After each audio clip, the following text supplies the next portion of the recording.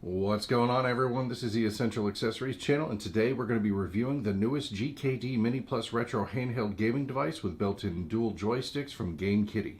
I got this from a Kickstarter for $169. Right now you can still get them on their website for $179 until the sale runs out, and then they jump to $279.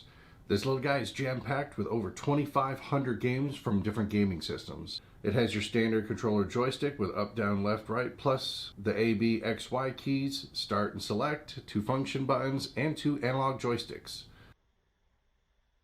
On the left side, it's got your R3 and L3 buttons. On the back, it has your R1, R2, L1, and L2 trigger buttons.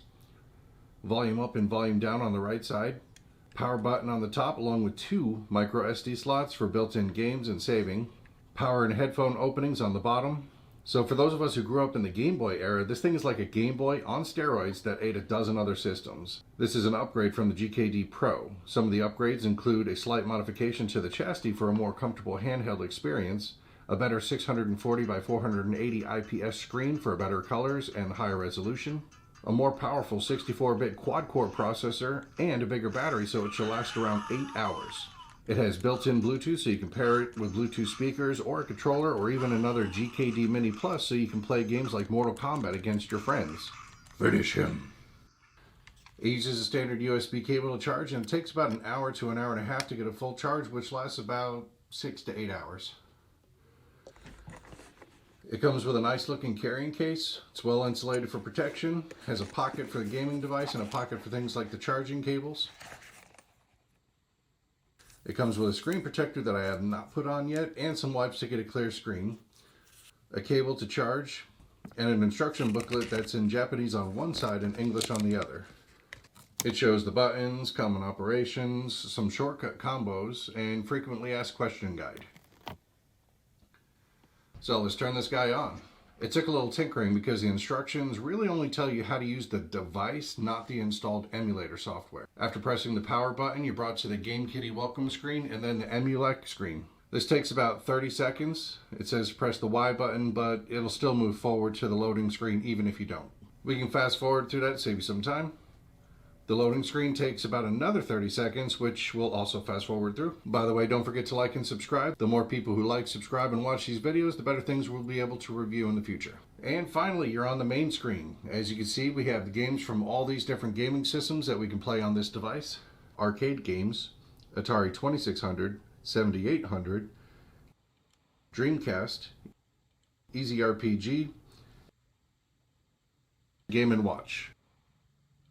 Game Boy, Game Boy Advanced, Game Boy Color, Game Gear, Lynx, Mamie, MSX, Naomi, Neo Geo, Nintendo 64, Nintendo DS, NES, Open Beats Rage, PC Engine, PCE CD, PC 9801, PlayStation, PlayStation Portable, Poke Mini, Ports, MD32X, Sega Master System, Sega MD, Sega Saturn, SFC, Vertical Arcade, Virtual Boy, WonderSwan Color. As you go through the different game systems, you can see how many games each system has, along with pics of some of the favorite games down below. Press A to pick the system that you want, and then it'll take you to the game list screen. From here, you can scroll through and see all the individual games available for the selected system.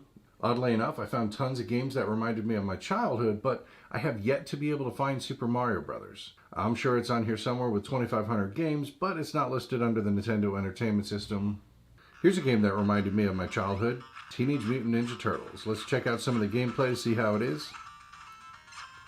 Okay, I guess this wasn't the one, but they have several Teenage Mutant Ninja Turtle games. I'll have to check out the others to find out which one he and I used to play. You can search for games within a particular system so that way you don't have to scroll and scroll. And Batman, I played this one with my brother as well. You do have to turn up the volume with each game that you play. The volume resets itself. Doom, I used to play this one on my computer when I should have been doing homework. Mom, I hope you're not watching this video.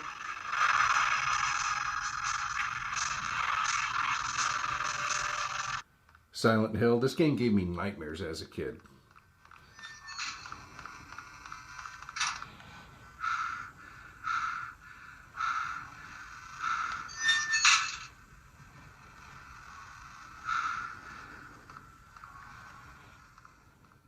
There was one issue that I had. It's a little bit difficult navigating. You can't just go back to the game list when you're playing a game.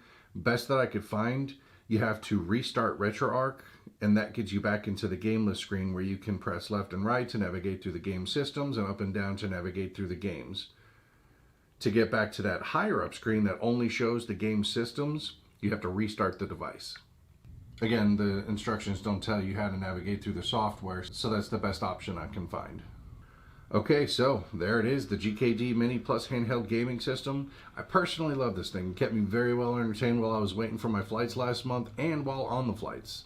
I'll have a link in the description so that way you can get your hands on one of these. And in the meantime, don't forget to like, subscribe, and check out this video right here. And I'll see you there.